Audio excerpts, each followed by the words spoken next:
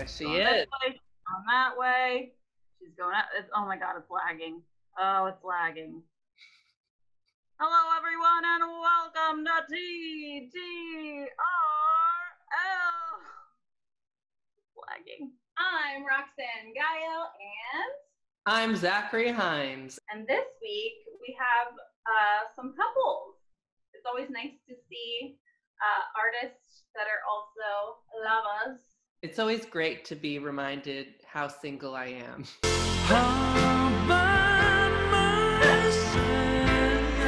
I'm in quarantine and there's nothing I can do about it. Oh, well, good for them.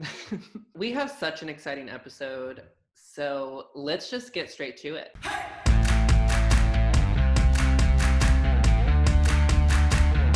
We are excited today to be joined by local musicians Jinx and Shelby Sol. Welcome, y'all. Thanks for being with us.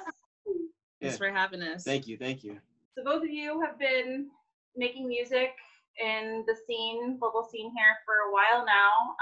Can you tell me a little bit about that and about how you got to working together?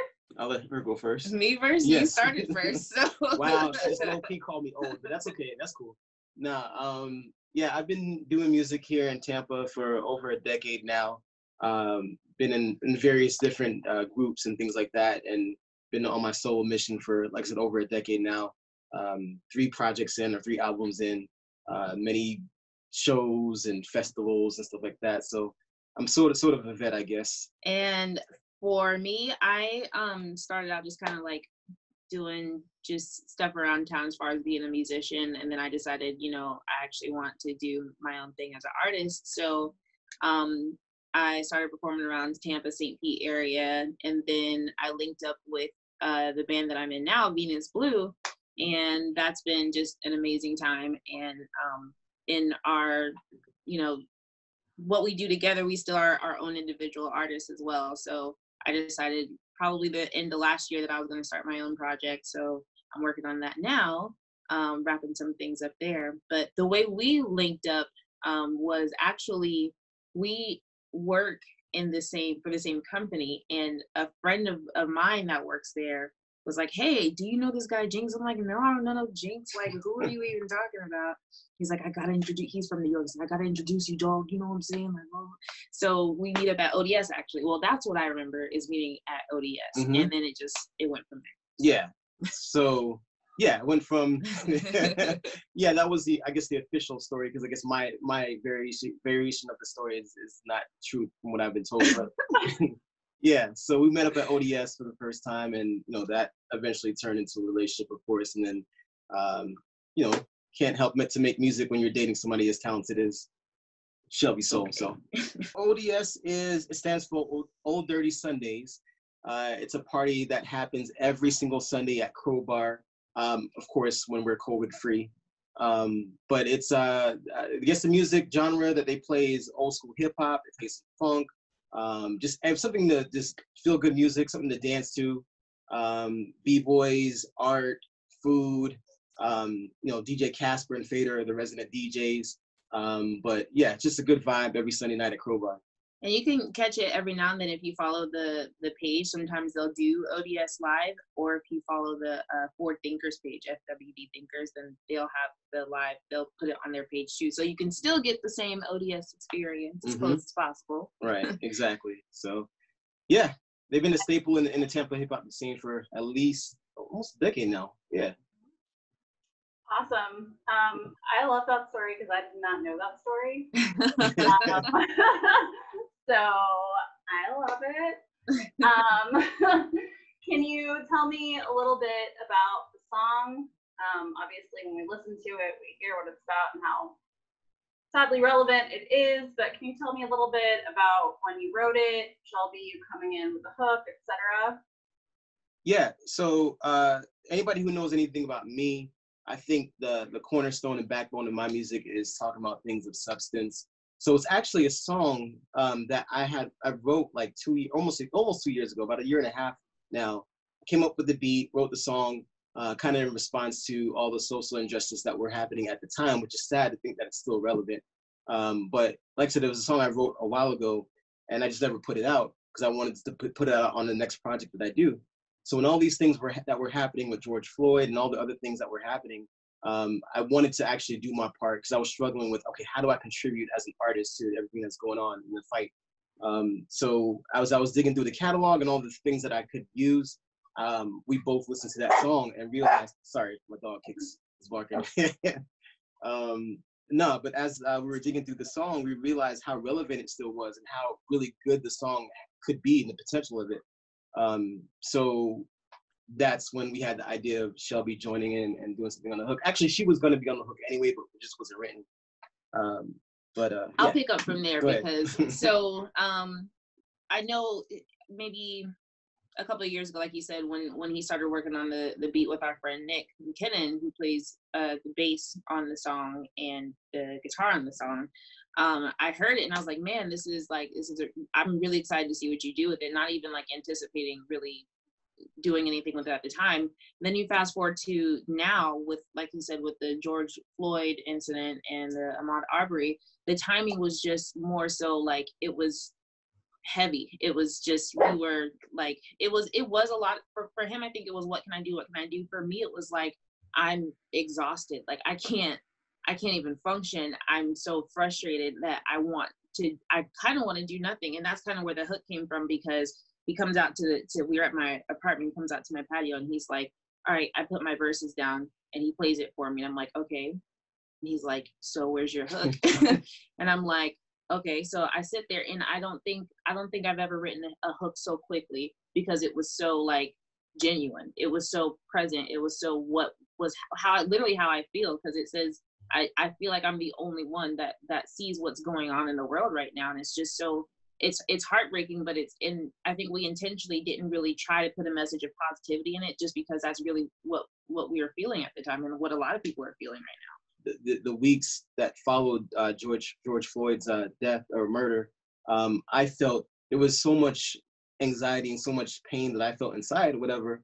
And I really felt depressed for, days after that. And I think her message, or the words that she used, the tone, everything about her hook really embodies my emotions. And every time I hear it, even to this day, even though I've heard the song a million times, whether it was recording it, mixing it and everything, every time I hear it, I get chills just listening to it. So I'm appreciative of what she contributed to the song, because I think it really took it to another level and made it reach its potential that it had. So.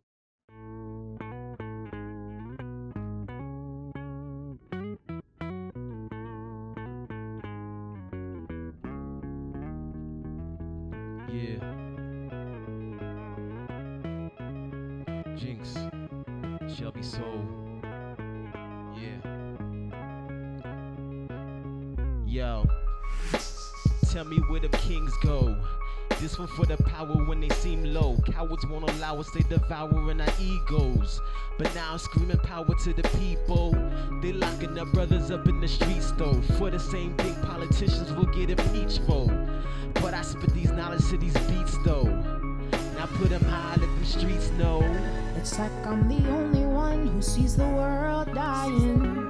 I feel like I'm the only one who hears their hearts calling. Yeah, and we wanted change, so we broke the chains, but we never heard them fall. Bloodshed and fear, tears cried for years. No, we won't forget your name. Moment of silence for the dead kings, another silence for the dead queens. I guess now you get to spread your wings. I pray to God that you found your peace. I hear your soul through the melody. I hear everything you telling me. We stand in pride of your memory. We gotta be better than anything they ever tell her. They tell LeBron just a dribble boy. They calling Kanye a Trump toy. They telling me to put my fist down, but they still empty in them clips, blow. Too much emptiness in them kids now. Take those frowns, turn them into a smile. Tell them babies heaven is close and hardly far. Although it's murder and tragedy that you probably saw, I do this permanently till it permeates your soul. Too much negativity get exposed, but here come balance and a new approach. Cause if you feel like your life is valid, then you will grow. They wanna say that you're an animal, but you're a child of God, that's undeniable. That's why we stand here in your memory. I say your name with honor cause you're a part of me.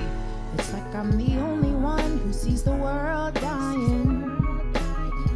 I feel like I'm the only one who hears their hearts calling. Yeah, and we wanted change, so we broke the chains, but we never heard them fall. Bloodshed and fear, tears cried for years.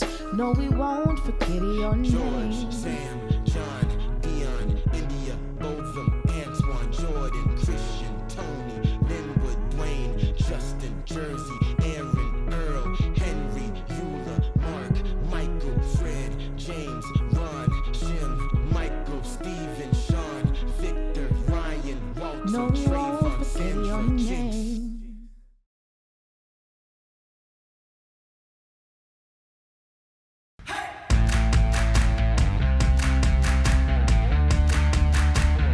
So hula hoop kind of falls under like, or some people call it hoop dance. It kind of falls under this larger umbrella of like movement arts called flow arts.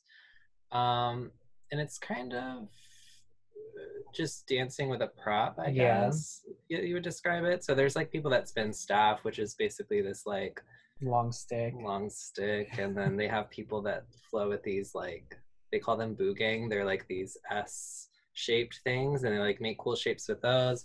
The hula hoop always seemed the most intuitive for me, just because like we all kind of like remember a hula hoop from when we're younger, and then it kind of like sparks this like imagination from when you're younger. I have a background in dance, so I kind of stopped at the end of my high school year, and I started the beginning of my freshman year of college. So it was kind of like a bridge in between two different worlds. I've been thinking a lot about like play and how much that is really needed in our adult life as well. Just the ability to play and feel free, and you know, it shouldn't just end as a child. Like that should be something you carry with you throughout your entire life. Especially during quarantine, I feel like a lot of people are finding like themselves like diving in like headfirst into hobbies that they never thought they would. And that's kind of like when I found hooping, it was a lot like that. Like I was really not expecting to like want to pick up the hula hoop.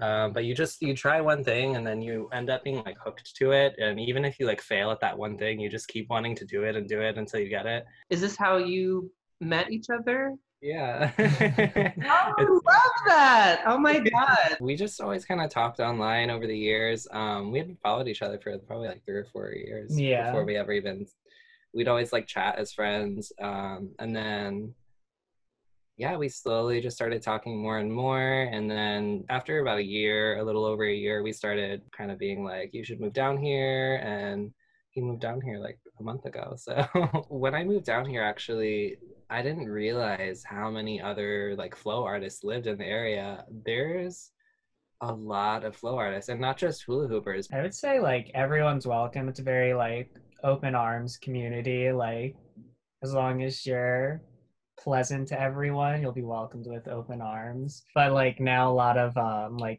flow arts festivals are all online this year. And then because of that, a lot of them are free or like very reduced cost.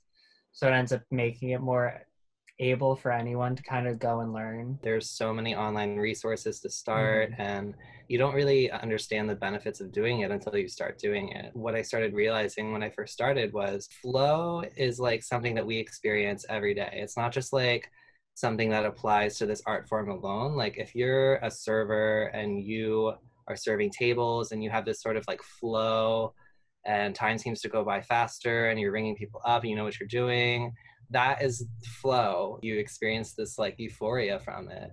And I feel like when you have learned like some combos or some tricks and you know how to string them together, you start getting into this like flow, and you put on some good music, you just start like letting go.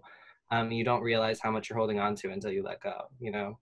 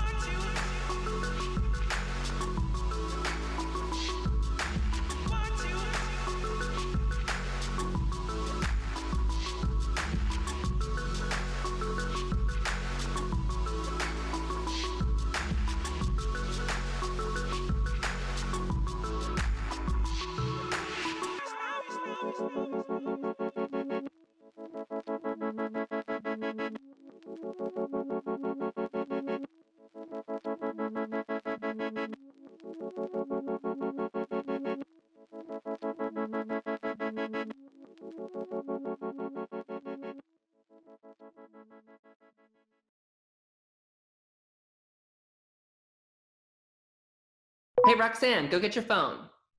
Okay. Did you know that you can support the Straz Center and help raise the curtain and support programs like TTRL by texting TTRL to 73005? Look, I just paid myself. Cha-ching! Cha-ching, yay! Now that was so easy. You viewers can do that too. Remember, tip your artists and support the Straz Center so TTRL can continue shining a great light on all of Tampa Bay's talent. Until next time, take care of yourself, take care of each other. Bye-bye.